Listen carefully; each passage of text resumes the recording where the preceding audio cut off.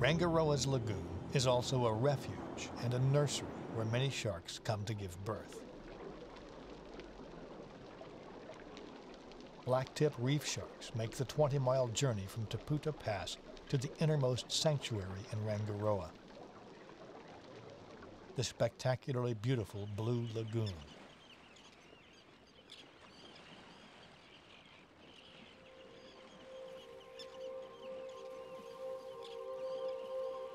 Instinctively, the newborn shark stays in the shallowest water, less than a foot deep, and warmed to well over 90 degrees in the equatorial sun.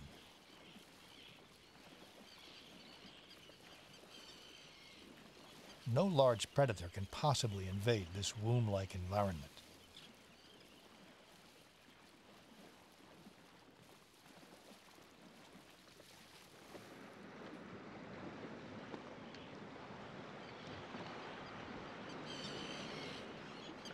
By mid-afternoon, as once again the tide falls slack, a murky soup of organic particles lies suspended in the now still water.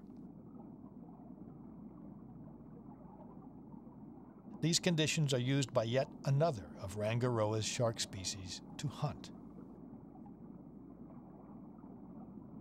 Blackfin sharks prefer low visibility. They rely heavily on their sense of smell, crisscrossing the sandy lagoon bottom like bloodhounds. Accompanying them are one or more remoras, fearless hitchhikers who use the sharks as free rides and as providers of food. When a blackfin makes a catch, its remoras and others on nearby sharks immediately hop off and begin to forage for scraps.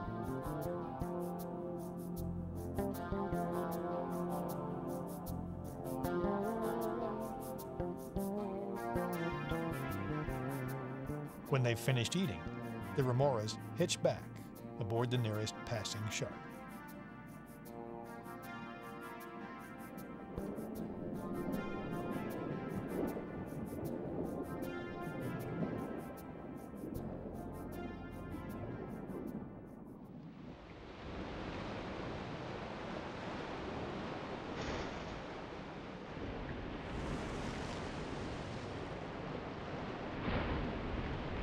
As the tide begins its outward flow, the bottlenose dolphins resume their acrobatics in Taputa Pass.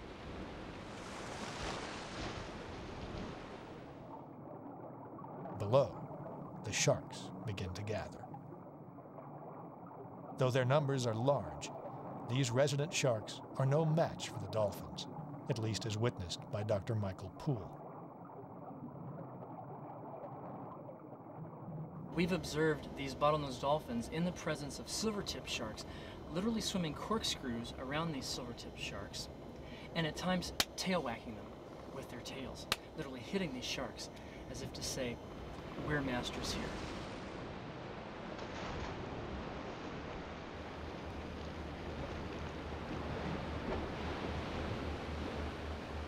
Hoping to observe dolphins and sharks together, Cranston and Poole now drop into the blue a quarter of a mile outside the pass.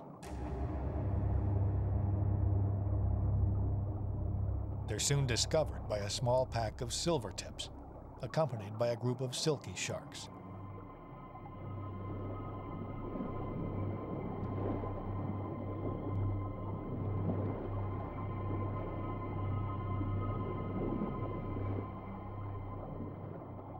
In the open water, these two species are quick and aggressive.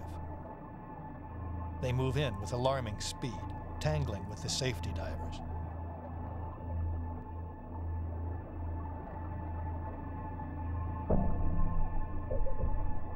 Diving with sharks in open ocean is always a little bit more exciting because there's no place to put your back. And if there's 5 or 6 sharks around, you can't keep your eye on all of them. So it's nice to have a couple of dive buddies that you can put your back towards the dive buddies. But if you're not looking at your dive buddy, you get separated from them, and pretty quickly there's 4 or 5 sharks just swimming around you, and you realize he's not doing me any good now.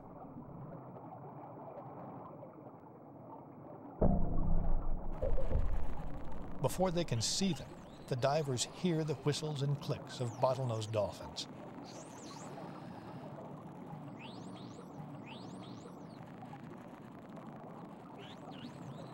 The dolphins appear excited, cavorting in the midst of the sharks.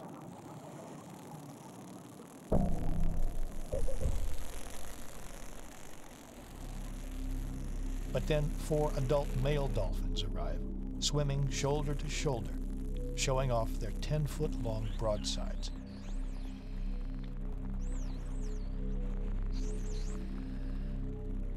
The sharks back away.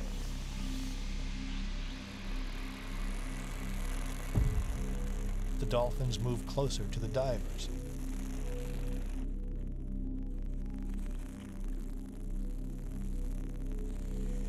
While the sharks hang back at the periphery.